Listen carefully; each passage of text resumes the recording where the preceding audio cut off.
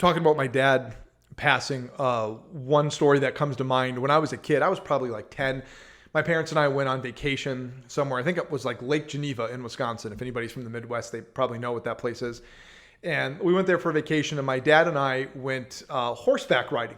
And if anybody knows me, I'm an avid horsebackman's rider person, as you can tell by the vernacular.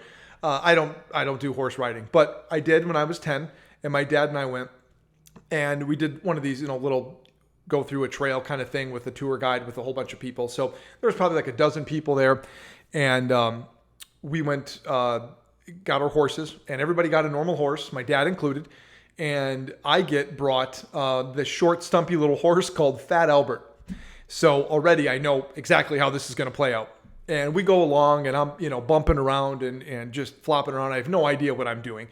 And all of a sudden, this motherfucker, this Fat Albert horse, this short, stumpy dwarf donkey of a horse that I'm riding on, just takes a left turn and full tilt right into the bushes. And I'm 10, and I just go flying right into these bushes, like just spread eagle, end over end, and I'm like upside down in the bushes, just covered in scrapes and bruises and cuts.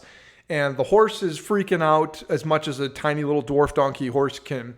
It looks like a little piglet. I'm not kidding. This is how small this horse was. And I was plenty big enough to ride a full horse, so I don't know what was going on there. But that was the first and last time that I ever went horseback riding. So thank you, Dad, for doing that and scarring me for life for any horse riding. But that was a funny story, and the reason that I bring that up is because it's stories like that, times like that, that was a major influence in why I decided to step back from cooking.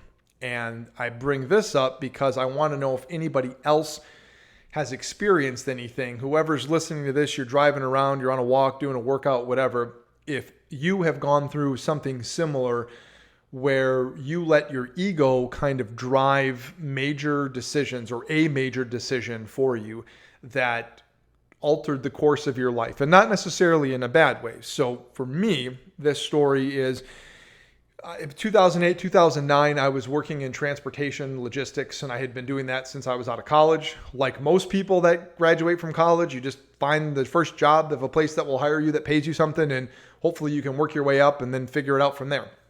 So that's kind of what I was doing. And I had moved from Green Bay, Wisconsin to Chicago, and then from Chicago to Dallas. And for whatever reason, I always say Green Bay, Wisconsin, but I never say Chicago, Illinois, or Dallas, Texas. So people know where that is, and people know where Green Bay is. So Green Bay to Chicago to Dallas. And I was living in Dallas. I was single, and I, was kind of loving life and doing the thing. And after a couple of years there, the company that I had worked for was still really good. Really good company, lots of great people, industry leader. But the particular office that I was in started to kind of devolve and degrade over time into, more of what you might call a toxic work environment, right? Something like that. And my experience was not great. So after a while, it got to that point, and I started looking around to myself thinking, if this is the best there is, if I'm going to be just miserable every day at work and really dislike going into work, and the economy was also bad, I might as well do something that I actually enjoy. And, I had no affinity to transportation, right? Like I said, I got out of college and first company that hired me, that's what I did. So I said, you know what? I've always loved cooking. And I think this is where I made a mistake, is I said, I'm going to go cook. And I went to culinary school at night, continued to work there during the day for about a year and a half. And near the very end of me being done with school and going to switch careers anyway, I was totally checked out at work, and I ended up getting fired, probably justifiably so, at least in part.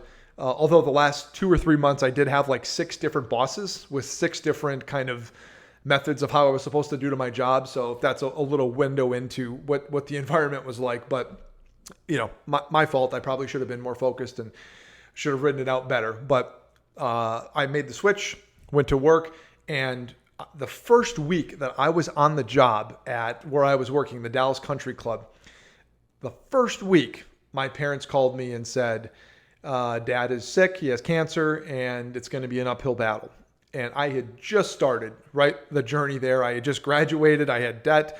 I had all this stuff. So I couldn't stop. I had to go. So I kept going forward and I kept working. And during those couple of years, I went home whenever I could, which was rare. My parents came down a few times so we could be together as a family. But that window of a couple of years, I had completely missed out on a lot of opportunity to spend with my dad because I was working. And I don't regret that I was working and that I was living in Dallas and that I was doing my own thing because I was an adult and that's what you're supposed to do. What I do regret is the idea that I think I let my ego drive a good portion of the reasoning of why I went into culinary in the first place. Yes, I absolutely love food. I love to cook. I still do. And the idea of working in food service is still appealing to some degree. But I think I liked the idea of being a chef, or the idea of being able to be a chef one day, or tell people that I am a chef, or wear the white coat, or all of that stuff, right?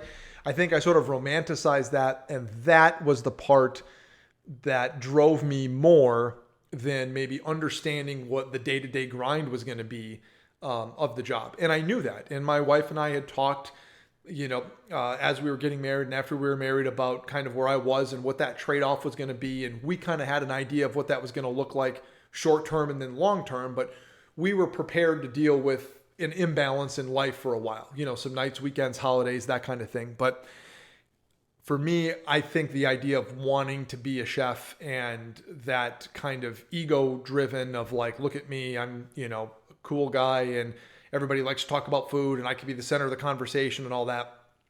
That was a driving factor subconsciously, consciously in me making that decision.